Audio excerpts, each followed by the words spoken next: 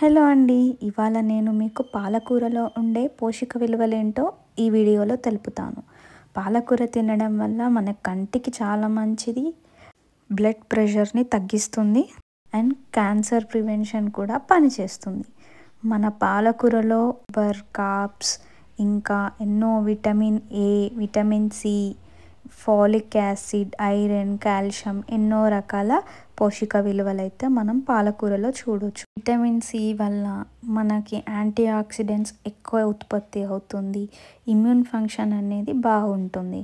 So మనం పాలకూర తినడం వల్ల కాల్షియం, బోన్ స్ట్రెంగ్త్, బొక్కలు, మజిల్స్ కానీ స్ట్రాంగ్ ఉంటాయి. ఐరన్, బ్లడ్, మనకి హిమోగ్లోబిన్ చాలా ఇంపార్టెంట్ కదా. ఐరన్ వల్ల హిమోగ్లోబిన్ అంటే మన బ్లడ్లో హిమోగ్లోబిన్ అనేది పెరుగుతుంది. హిమోగ్లోబిన్ ఏం చేస్తుందంటే మన బాడీలో టిష్యూస్లో ఆక్సిజన్ లెవెల్స్ని పెంచుతుంది. ఫోలిక్ యాసిడ్ ప్రెగ్నెంట్ ఉమెన్స్ తినడం వల్ల చాలా మంచిది. పాలకూరలో కొన్ని డ్రాబ్యాక్స్ అయితే ఉన్నాయి. దాని ఎవరు తినకూడదు అన్నది కూడా నేను మీకు ఇందులో మెన్షన్ చేస్తాను. పాలకూరలో ఉండే బెనిఫిట్స్ చూసుకున్నాం. పాలకూరలో ఉండే డిసడ్వాంటేజెస్ కూడా చెప్తాను.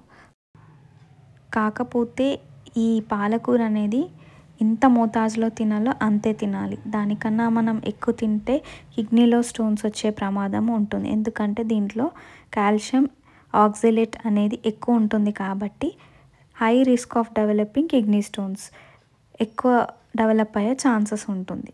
సో కిడ్నీలో స్టోన్స్ ఉన్న వాళ్ళు తినకపోవడమే మంచిది. ఇంకా వార్ఫారిన్ అనే బ్లడ్ థిన్నింగ్ బ్లడ్ పల్చబడేటి మెడిసిన్స్ ఎవరైనా వేసుకునే వాళ్ళు ఉంటే కొంచెం స్పినాచ్, పాలకూర తినడం తక్కువ చేయండి. తినకపోవడం మంచిది.